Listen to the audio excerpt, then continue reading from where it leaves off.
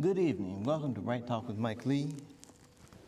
Not only am I blessed to have awakened today, but today I am really flattered and honored to have two guests with me, Rod McCall and Ginger Gentile. And I'm really flattered because Rod's a published author. He has the author of the book For the Love of Eric. And Ginger is a filmmaker, I believe. Yes, I am. Oh, one of those artsy types, huh? We just met a few minutes ago, but it's okay? Yeah. Okay. Well, and the topic that I want to talk about with you this evening is parental alienation. Now, I was speaking with Rod before you got here about my general bent toward these types of issues. Mm-hmm. We've been focusing on the family this season. And I'm pretty much sure that there's a crisis as far as families are concerned in this country. Mm-hmm. And I believe the crisis is brought about by, I think, failures or the ignorance of people in my profession. I happen to have practiced law since 1977, legally, and I practiced illegally probably 2 years before that, so I've been doing it since 1975. But my fellow legal professionals, to me, they're more like hustlers than do-gooders. I went to law school because I wanted to do good. I wanted to help somebody. It wasn't about getting money. And right now in my practice, I do mainly family law and criminal law, mainly family law. And my idea is my goal is to help somebody. If I get paid good money in the process, fine. But the primary thing is to help somebody, because I believe that is a divine duty that we have that we owe each other. And I had the good fortune of meeting Rhonda Finney, who I have to again give kudos for this show, because she's the one who kind of keyed me on this family law thing, because when I was in law school at SMU in Dallas, family law was not something that was really popular. It was a course you took because you kind of had to, and because you learn concepts of the conflicts of laws within family law, so you killed two birds with one stone by taking family law. It was like a stepchild. And it's pretty much like a stepchild in the legal profession. And unfortunately, many legal professionals treat their family law clients as like stepchildren or victims of robbery or theft or something like that. That's just how I see it. That's my personal view. Now, what I didn't know, and Ginger, you weren't here. You got here a little bit late. You had the great Austin experience of dealing with traffic and whatnot. Yes. I'm sure. And also had a fabulous experience at the South by Southwest conference, where I was talking to a lot of people about my upcoming project, Erasing Family, which will premiere later this year. And the reception has been overwhelming, because this issue of being separated from a parent for years or decades after a divorce or separation is very common. It's something that everyone who I talk to has an experience with, whether it's with a family member or themselves, not being able to see a parent. And yesterday we released the trailer on YouTube and Facebook, and it has over 10,000 views in less than 24 hours. Yeah. And also Facebook, the Facebook Corporation just interviewed us, because all of the stories that we found in the film we found on Facebook. And we have about over 21,000 followers on Facebook, and most of them are parents who can't see their children. They come from all walks of life. They are mothers, they are fathers. They come from the left, they come from the right, they come from the south, they come from the north. Some are incredibly rich and they have millions of dollars, and some are incredibly poor, but they're all united by not being able to see a child. And the saddest thing is they all feel like they're all alone. So when they find out that there's others like them, the first thing they say is, I thought I was the only one who couldn't see my kid. And they don't realize that there's 22 million families in the US that report a parent is unable to see a child after divorce or separation. So what we're seeing is a public health crisis that no one is talking about, because there's so much shame involved when you can't see a child. People automatically say there has to have been something that you did to warrant this. So there's a lot of victim blaming going on. And what I have found in my documentary is that the court system contributes to this, because when you put a parent on a trial, when you put families on a trial, you have verses. So the judge isn't trying to help the family. The family has to say the worst thing they can about the other person in a trial. Well, they make it a contest. I do not think the legal system is the appropriate place to try to solve family issues. I think it's definitely not. I think it's the worst place. It's the worst possible place. Because the way I see, I was speaking with Rob before you arrived, the way I see it, legal professionals such as mine, not me personally, but legal professionals like me, judges, lawyers, psychiatrists, psychologists, all them, they actually create dysfunction. They really do, and they get seem to paid thrive for off it. of it. Yes. And get paid for it. That's what's low down about it to me. A well-known advocate for exposing parental alienation is Dr. Craig Childress out of California.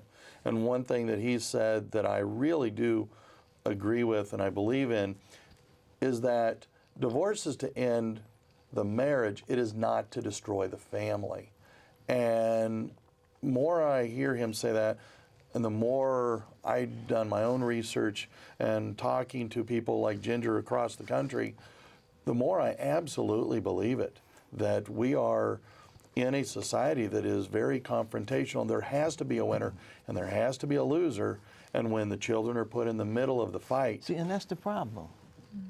They make it like it's a contest, and children, to me, it seems like they're treated more as property than as people. And rather than putting their best interest first, it's their best interest, might kind of be mentioned every now and then. When you have two parents that recognize that the children do need to come first, we don't have an issue. But it's those parents then, and it seems to be increasing number of parents, whether it's for all kinds of factors, including the legal profession that says, hey, I can make a lot of money by drawing this out, because one of the first things you have to file is how much are you worth? And when they see that, oh, well, we've got $100,000 to play with, then we're going to play with $100,000. And as soon as you're out of $100,000, boom. Let me see how much of it I can get. Yes. That's the problem. And you have a mental health profession that seems and the last to be... thing, it seems to me that the child is the last consideration and should be the first consideration. They say for the best interest of the children, but I'm not sure how that is always the case, because they pull children from families, from CPS, and in my case, they pulled my son on a false allegation, and you're guilty until proven innocent by Child Protective Service. Now, you wrote this book, Rod, For the Love of Eric. Yes, Can you, as briefly as you can you tell us, can you share your nightmare experience with us? Well, it talks about, again, it's based on my son, but it's my experience going through family law. And starting with the marriage, and a lot of marriage is hard. Marriage is hard work. And that's something that I think is not always well understood. You work for the marriage. And in my case, I maybe didn't work near as hard, and I don't think my wife at the time worked as hard. And so we started the divorce process, but she saw Eric, like you mentioned, property, it's hers. He was hers.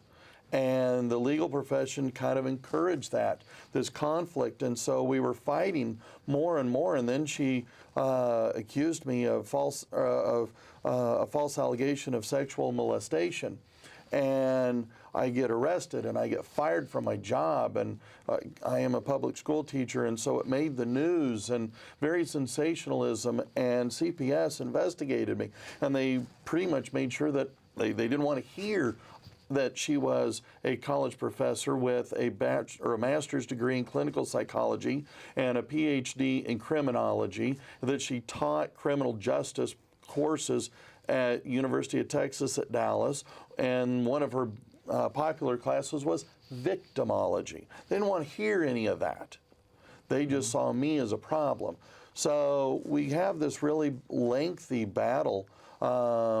We go to court multiple times, and we're awarded 50-50 custody, and her response is that Eric is suicidal and that he is, at age 6, committed to Children's Hospital in Dallas for suicidal and homicidal ideologies. He's either going to kill himself or kill me. So we go back and forth, and he's in and out of Children's Hospital twice. We ultimately have a jury trial, and it's a week-long jury trial, which is really unheard of here in Texas. And she was seeking to terminate my parental rights. And my attorney said I would never in a million years go this route, but he says she opened up the door, so we're going to seek to terminate her parental rights. So at the end of the jury trial, it was a horrid mess. And we had mental health professionals, we had school professionals, the counselor, the nurse, the school principal all come. And we brought in folks, and some of the folks on her side perjured themselves, lying about stuff that never happened. And at the end, after a week-long jury trial, the jury came back, and a ruling of 11-1 said that she will have her parental rights terminated. She would? She would. And in Texas, that's unheard of. And where I lived, up in Collin County, Texas, that's very, very unheard of. They're very conservative and want to make sure that, the mom's involved. But they saw so much. They saw finally what I had been saying for 18 months. And so I was awarded full custody, but they weren't sure what to do with Eric. He was supposed to be at school, but he was held home because he was supposedly sick, and he was at home with her mom and dad. So we raced to the house to get Eric, but she was allowed to go home too. The judge in the case, he said, we'll let her have a final goodbye. Say goodbye. So I'm at the house and I'm banging on the door and nobody's answering. I know they're at the house. I can hear the dogs are going on the inside. And like I say, I'm banging on the cops are there. There was a cop in the front and a cop around the back, and they said, well, she's home. And anyway, I'm banging even harder on the door. And next thing you know, I see her parents walking out of the back of the drive across the street. And I'm thinking, why are they there? The next thing I know, I hear 3 gunshots. You were there at the time? I was at the front door begging for, I wasn't saying anything, I was just banging on the door. But she had taken Eric upstairs to the master bedroom and shot him twice and then shot herself on a sunny, gorgeous Friday, October the 21st, 2011. And of course, it may sound like a stupid question, but that's kind of what got you. That was after, I pretty much melted. Of course you would. And it was, it took a couple of months before I started kind of feeling again. And then that's when I realized, what the heck? And like Ginger said, so many of us who go through this, we are so isolated that to know that we are going through what we're going through has a name and has scientific research behind it. I did not realize this until after the fact. And I started looking online. I found some books, read from multiple authors, and I discovered more of what parental alienation is, what it looks like, what it sounds like, and the challenges to prove that in a court of law, to prove that to mental health professionals. Okay. It is a big uphill battle. Ginger and I were in Washington, D.C. back in June. So how did you happen to meet Ginger? You told me about that before she got here. We were talking about you behind your back. We met in Plano, Texas, about 2 years ago. Plano? It's right outside Dallas. Yeah. You in Dallas? You Dallas-based too? No, I'm based out of L.A. Okay. And we were at a symposium on parental alienation, and I actually spoke because the person who was supposed to speak, his flight didn't get there. And what I remember talking about in the conference, it was a while ago, was that the parents who are going through this, they feel very defensive about this. They feel that they're being attacked because they're being attacked legally and they're being attacked emotionally and their reputation's being attacked by the other parent. But if we can flip the way we talk about this and talk about it from the children's perspective, nobody is for this. I have yet to meet a person who, when you ask, if there's a loving, fit parent, do you think they should be removed from the child's life? No one says that sounds like a good idea. Should you have to spend hundreds of thousands of dollars to see your kid in a court battle? No one thinks it's a good idea. So if we can frame the question like that, as opposed to the rights of the parents, right away you win 99% of the people who are listening to this. Because whenever you do polling data about shared parenting, usually it polls at above 75% of the people support shared parenting. So, it's kind of generally accepted that having both parents in the child's life is best for the child. So all the psychology says that. It seems to me that all it takes therefore is just the will to try to make that happen. Well, everybody. And they have drug courts that maybe they need to set. I'm thinking maybe they need to set something out that's not court related to deal with married couples before they get to the divorce stage. I agree. I think Like a sanity consortium. Well, or something. I mean, your case is tragic, but do you think that the trial itself led to what happened? I think that she was headed down this, knowing what I now know many years later. She was headed. Her behavior and actions were suicidal in nature, and she was a bomb waiting to go. But there are so many stories that I hear every couple of months. There's another story of one parent killing themselves and killing their children, or just killing their children because they're involved in a high conflict custody battle. I read of one of those that was in Florida. It involved, I think, a University of South Florida professor or something who killed herself and the child.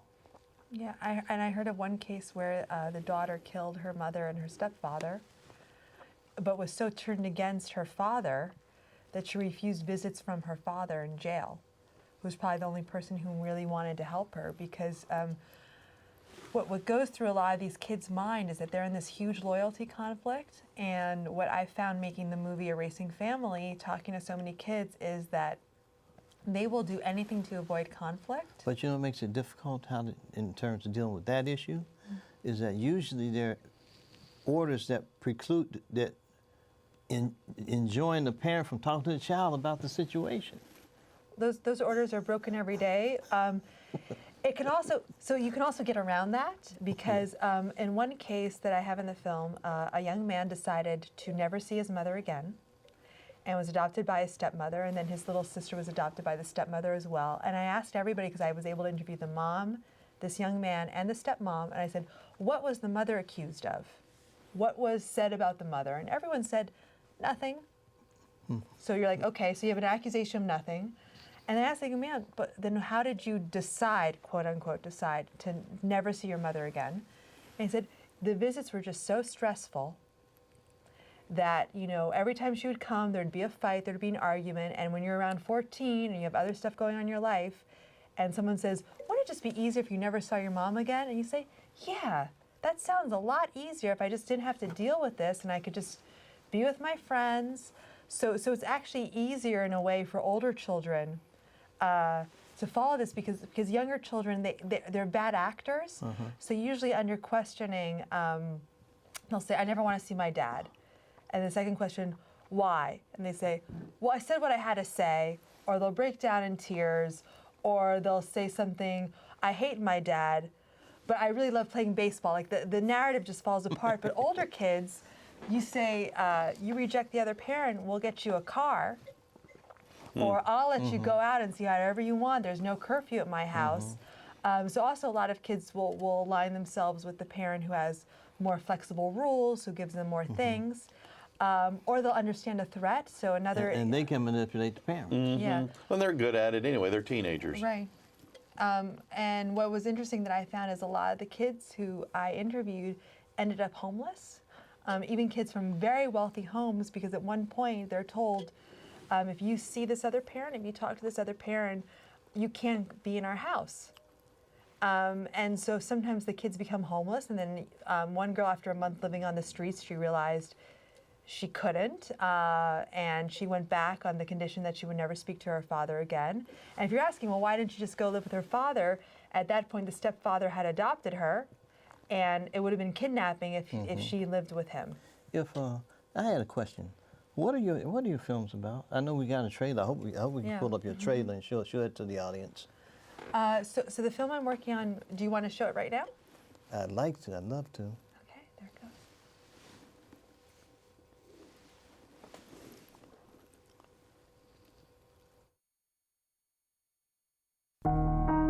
It was such like a tug of war with whose side are you going to choose. I realized like it was just tearing me apart. It was always, you're on my side or you're dead to me.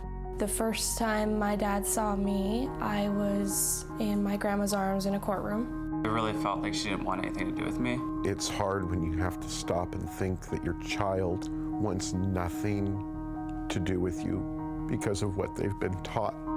One parent gets to be a parent and the other gets to be, at best, a visitor, and at worst, completely erased. And a lot of it has to do with our judicial system. What I remember about being in court was having to lie to the judge. Sorry. It destroys lives, it bankrupts people every day, it tears children from their homes, and just so happens to be a $50 billion a year industry. If you don't pay your child support, you're gonna go to jail. Walter Scott decided to bolt from his car. Court documents show he owed more than $18,000 in child support payments. These fathers are not deadbeat, they're dead broke. Nothing I said mattered. None of the evidence I brought forward mattered. The judge wouldn't even look at it. He's nothing like I was told he was. If there's 22 million adults dealing with this, that's over 22 million children. And the mental health consequences are severe and long-lasting. It's heartbreaking to me to see how many of you are dealing with this. My dad was erased from my life. It's happening all over the world. This isn't a father's rights issue. It's not a mother's rights issue. It's a human right issue. My daughter here and I have been alienated from each other for the majority of her life. She called me and said, "Dad, it's time to move home," and she came home.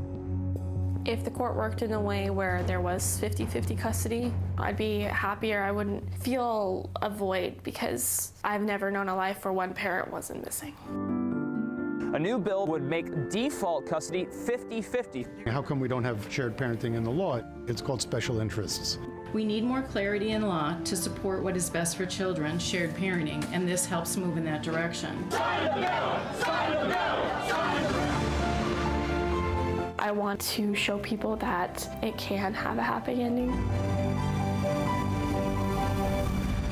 In about 10 minutes, we're going to leave for the courthouse so I can legally re-adopt my daughter.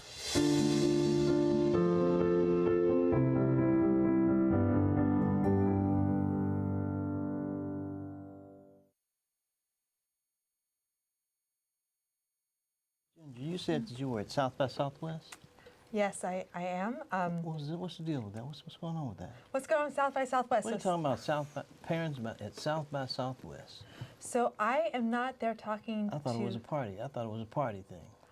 Well, it is. I tend to go to bed early, so I haven't been enjoying the parties as much as I should. I do try to scope out the free food as much as I can.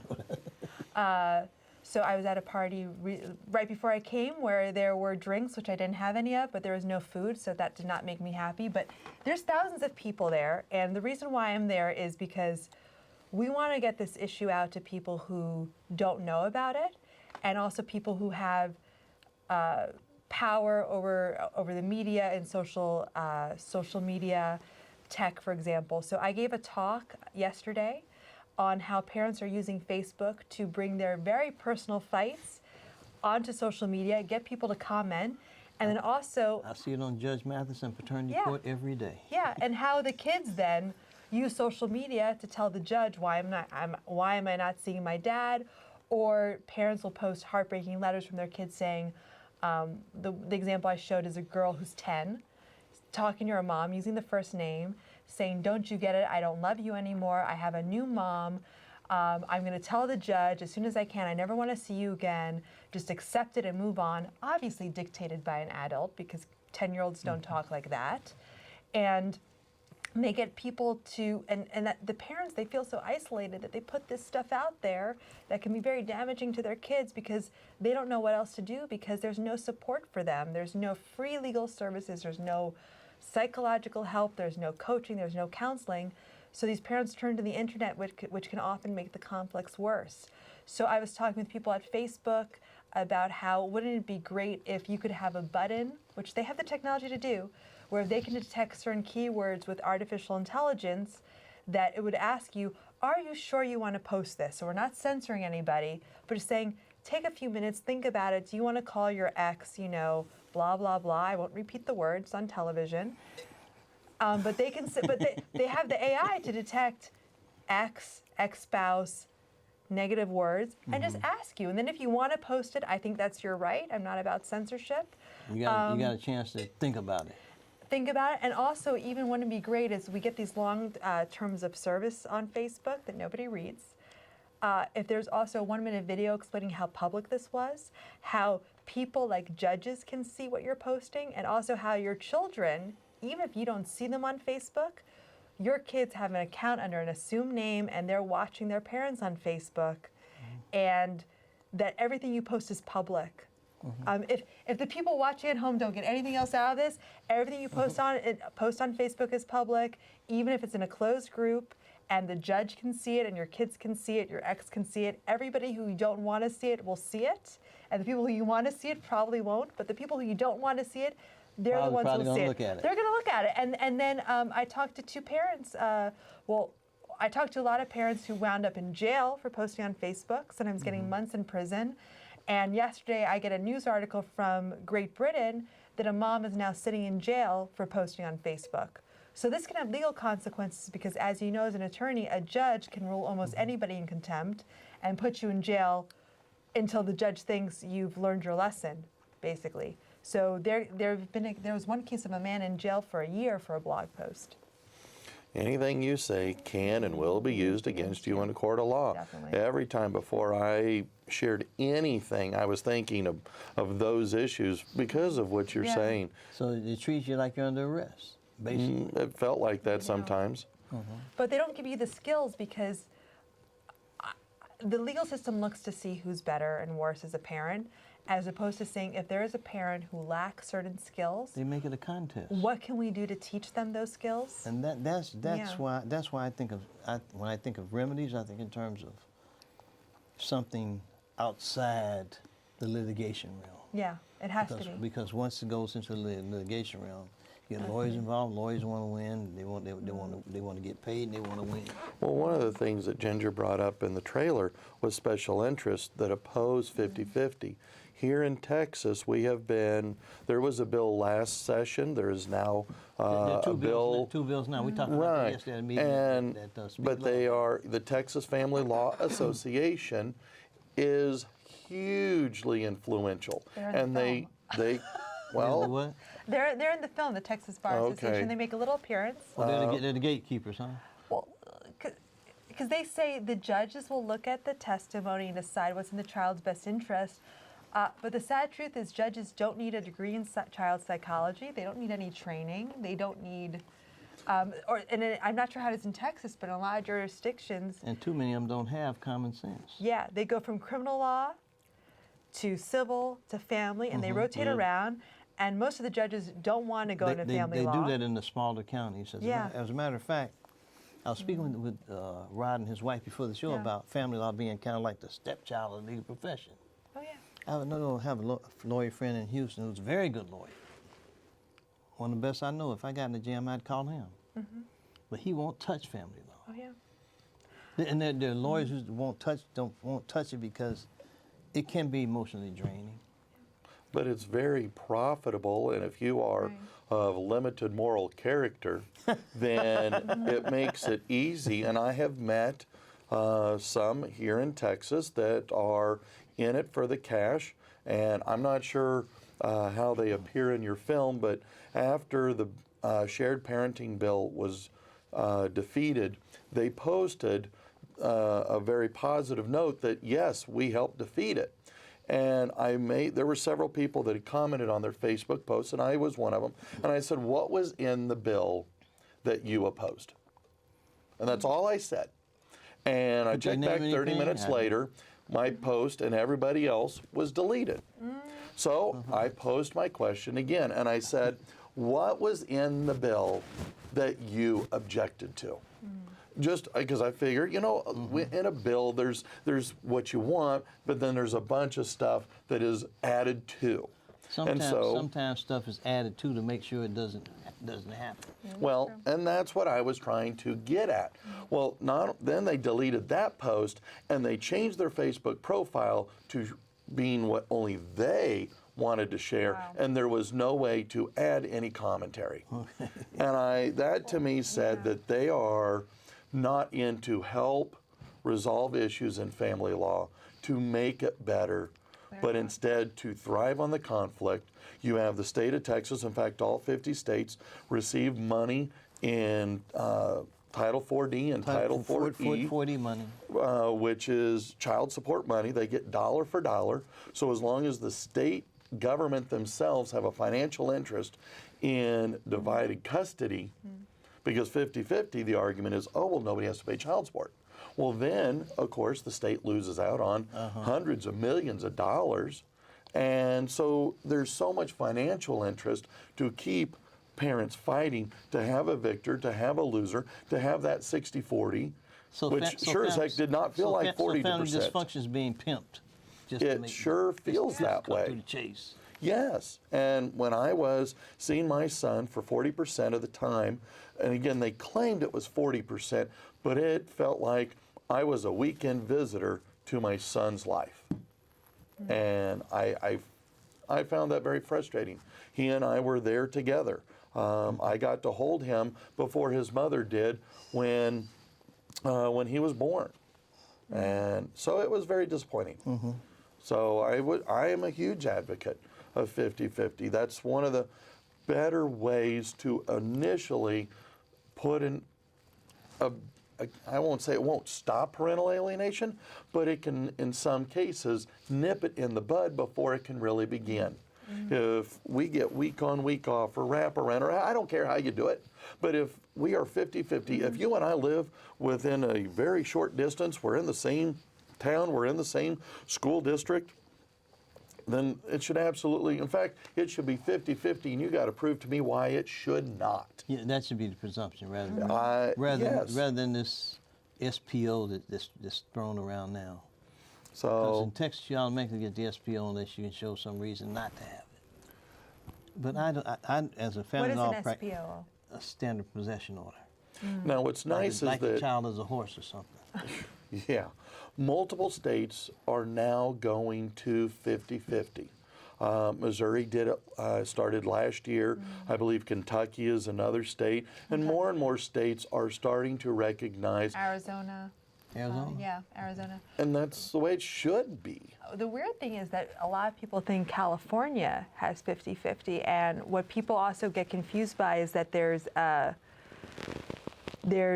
shared parenting time, and then there's joint legal custody, and you can have joint legal custody and never see your kid. Right. I know that was my situation growing up, and all it means is that you have joint decision-making power. So, for example, California, when I started this film, everyone said, "Oh, I'm sure you're not interviewing anyone in California because everybody gets 50-50." And I said, "Well, let me introduce you to 10,000 people on Facebook who don't see their kids." Because most people do get joint legal custody, but not shared parenting time. And what we're talking about is the time. Because you can have decision-making power about where your kid goes to school and what doctor they see, but if you can't actually see your kid, what's the point of making those decisions? Ginger, how many films do you have out? I've read that you had stuff in Argentina and here and there. And I lived in Argentina for 13 years, and I made 2 films there. And one film which got me on this topic, because a lot of people ask, how did I get into this topic? Yes. And that was called Erasing Dad. It came out in 2014, and it was censored in Argentina. We fought it all the way to the Supreme Court, and the people who censored it were the professionals who we interviewed in the film. They signed releases. There was a camera crew. And people can watch the film for free on erasingfamily.org on our website. And if they do, there's English subtitles. What they'll find is that the people say these horrible things, and we don't then say, that's horrible. We don't criticize it. But if you say the worst possible place, the most dangerous place for a child is their own home because of the presence of the father. Most people listen to that and they say, what are you talking about? And the psychologist who said that was unhappy that people then didn't like him. Because people are heroes, and this is important, people are heroes in their own mind. People don't go around thinking that they're villains. They think they're acting in the best interest. This is what they've been taught. And they were systematically saying in Argentina, we got to get the father out of the home. And when most normal people hear this, they think that sounds horrible, but they thought they were heroes by getting the father out. So that's why they had a legal suit and got the film censored. The good news is everybody wants to see a censored film. That's the best advertising you can get, and we did a lot of press about it, and it really did change the things and how it worked in that country, because before we made the film, custody automatically went to the mother under the age of 7, and there's no such thing as shared custody. Didn't exist. And then after the film, the gender discrimination was removed from the law, and 50-50 became a possibility. It's still not the norm, but you can legally have that, whereas before you could not. A judge could not grant that. So what film are you working on now, if I may be so bold as to ask? The trailer you just saw. The trailer I just saw? And we're waiting for the film to come out. We're going to see what the premiere date is, if it's going to be in a festival, if it's going to have a theatrical premiere, hoping to get it on TV. And it's a film that was, we filmed in about 12 locations all over the US and Canada. We also filmed in Sweden. And it was a big undertaking because it's hard to find people who want to talk about this on camera because it's very personal. Are you getting any support for your efforts? Yeah, we're getting a lot of support. Or is it self-funded pretty much? I unfortunately don't have money, so I did not self-fund. I've been working on this since 2015, and we have about more than 600 people who have crowdfunded quite a bit of money to fund this.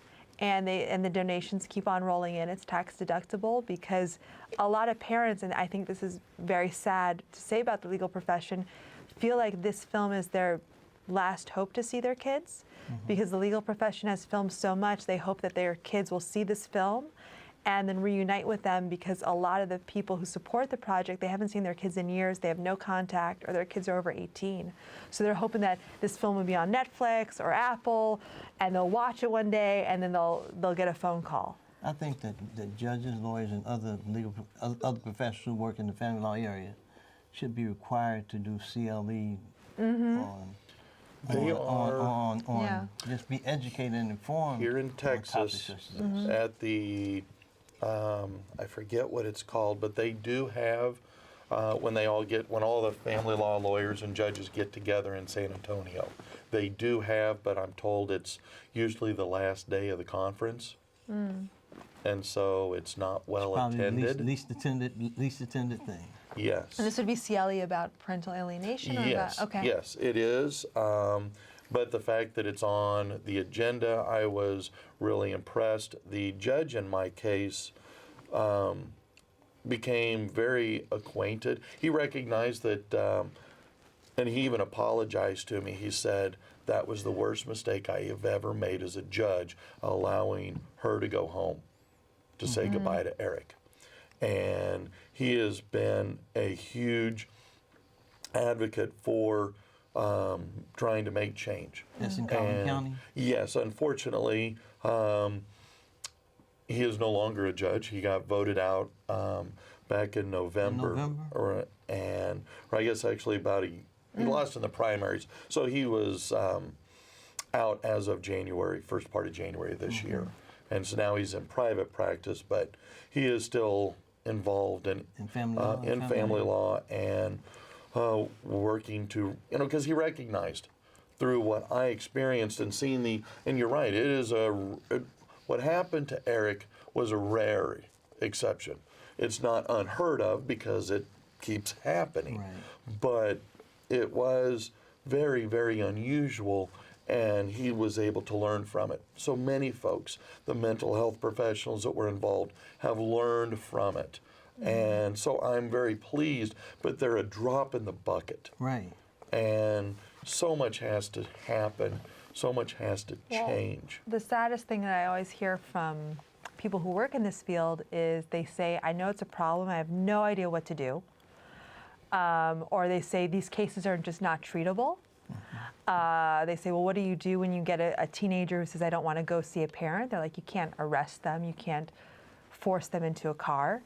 And there are things that professionals can do. First of all, prevention is the way to go. Because once these cases get entrenched in the legal system for 5-10 years, there is help, but it's very hard. So prevention has to be what we're aiming for. And professionals have to then learn what to do in these cases. And the worst thing you can do is just look for who's to blame. There needs to be treatment going around because a lot of these cases, one of the parent has a mental health issue and they need help.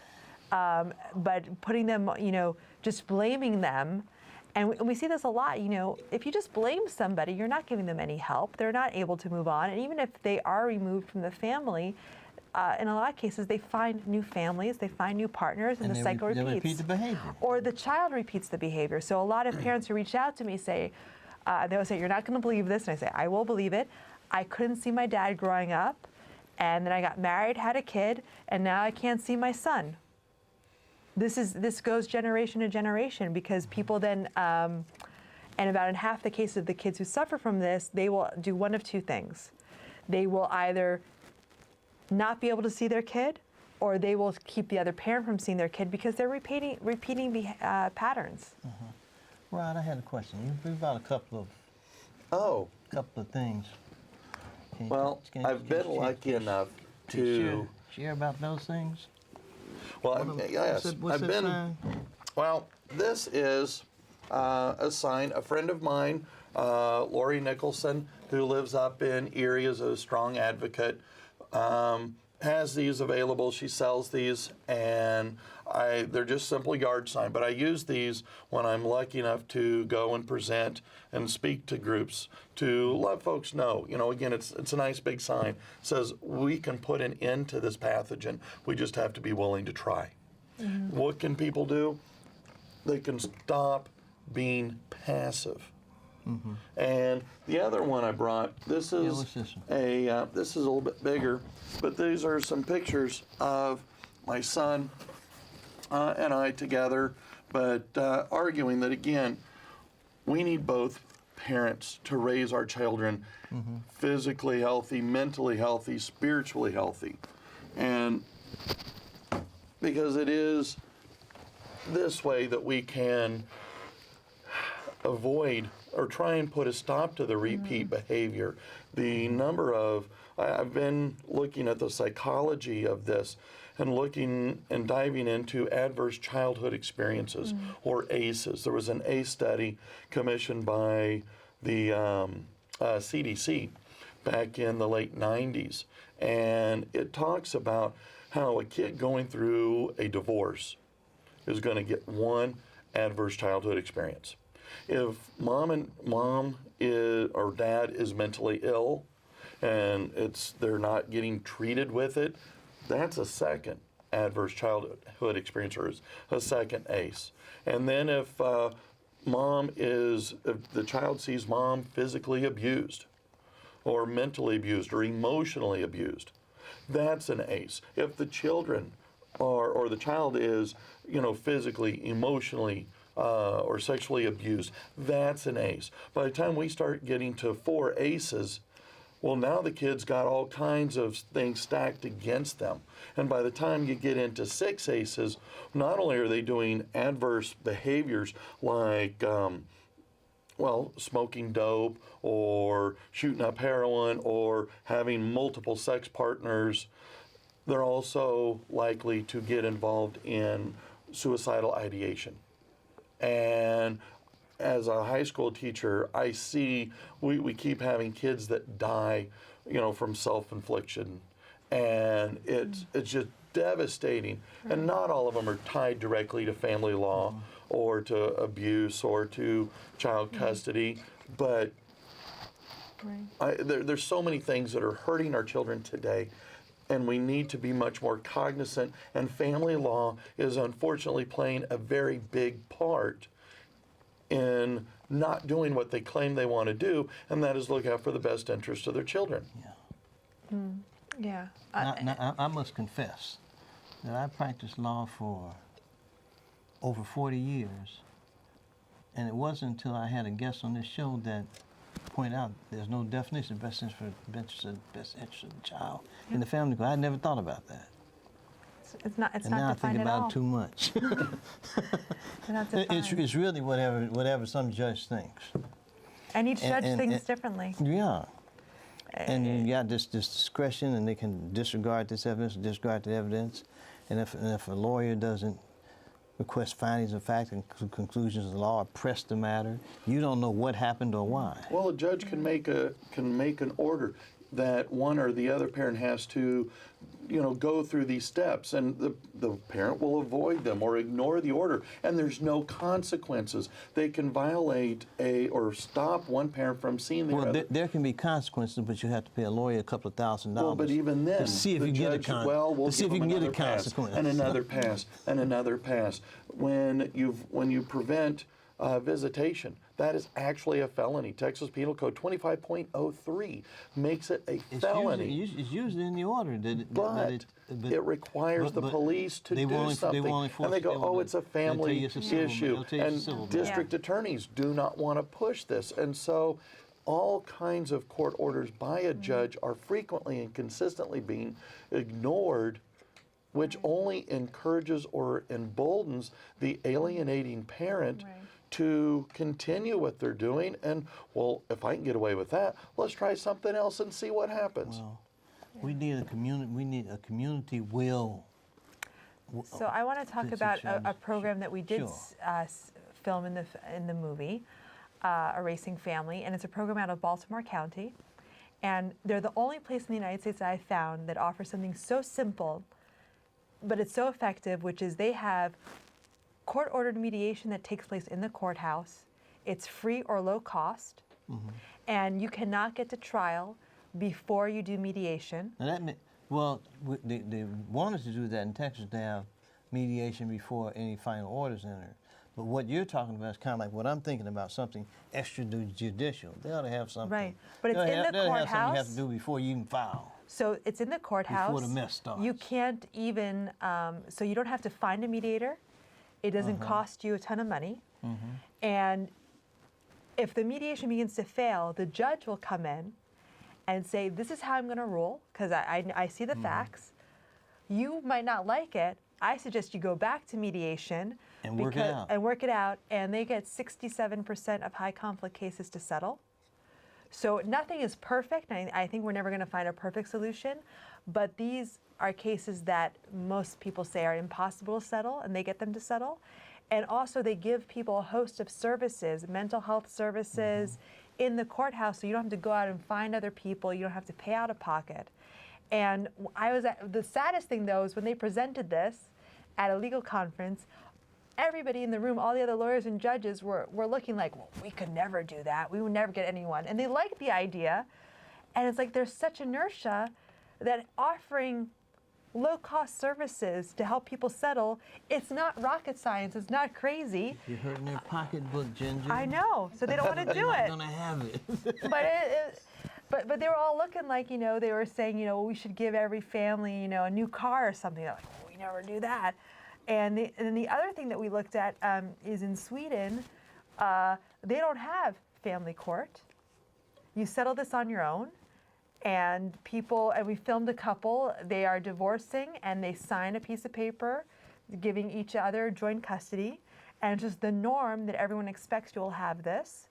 And there's a lot of other differences and cultural differences, but if you just tell people this is what's expected of you, that you can't get rid of the other parent, you have to have something really bad going on, guess what? People pick up on social cues.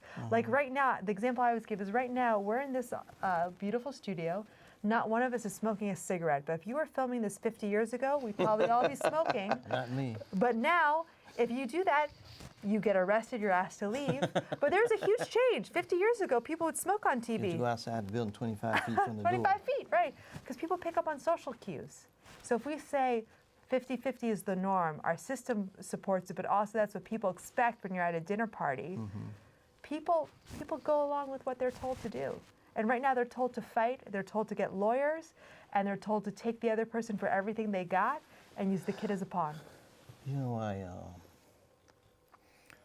on the way in today, I was thinking about solution. I tried to think about solutions, and you have you guys doing, people doing things all over the place, and you got to bring them together. But unfortunately, the solution is probably political. And I think that the solution was demonstrated in Harris County this last election, where they wiped out all the family law judges and the criminal court judges. They cleaned them out. They cleaned my Republican buddies out. And that's what needs to happen in Travis County. Just clean it out. Start all over. Well, one judge who I interviewed, he said family court needs to be torn down and something else has to replace it because it's just too complicated, it's too messy. And then something we didn't even talk about here is most people can't afford a lawyer, so they're pro se. I know in California, 60% of people going to family court are pro se, which means they represent themselves. And some judges, as you know, you show up representing yourself, you lose automatically because they don't want to deal with that. So we have, you know, a system that's too complicated for the lawyers to understand, let alone a person who's a layperson. You're kind of back to my central thought, which is many of the problems that we have in the family law area could be remedied if lawyers and judges would just, in my view, behave responsibly. If you could put a cap and say, give a damn. You're my family lawyer, and voila, you get $2,500 to settle my case. Whether it takes 6 months, 12 months, 2 years, you get $2,500. Set fee. You don't get more for making it longer. You get a set fee. Because what happens is cases begin to feed on themselves, and lawyers, the more motions that are filed, the more litigious it is, the more money they make, and the more litigious it is, the worse it is for the people involved, really, and the worse it is for the child. The adults may be able to adjust, but the child depends on the adults. They just want to love both parents. They just want to have their life be as least disrupted as possible to get on and go about having their own problems, having their own issues, worrying about what they're going to wear to school the next day, not worrying about where they're going to sleep. Is it all right if I love mom and have a good time with dad? Right. Love both parents. Yeah. It's not a I want to contest. thank you guys for being on my show this evening. Thank you. And, Appreciate it. This went by very quickly. It went by too fast. I was just getting warmed up. I'm sitting there thinking about how to get your trailer in evidence. But that's what I'm thinking about, because I believe it's important to educate judges, lawyers, and potential jurors about the existence of parental alienation and the games that go on and the schemes that go on inside of the usual family law, divorce, and custody case. Again, I want to thank you for being here. Thanks. Appreciate it, Thanks, Mike. Rod. I didn't forget it that time. That's all right. Thank you. Thank you, Ginger. Thank you. Sorry I didn't respond to your email.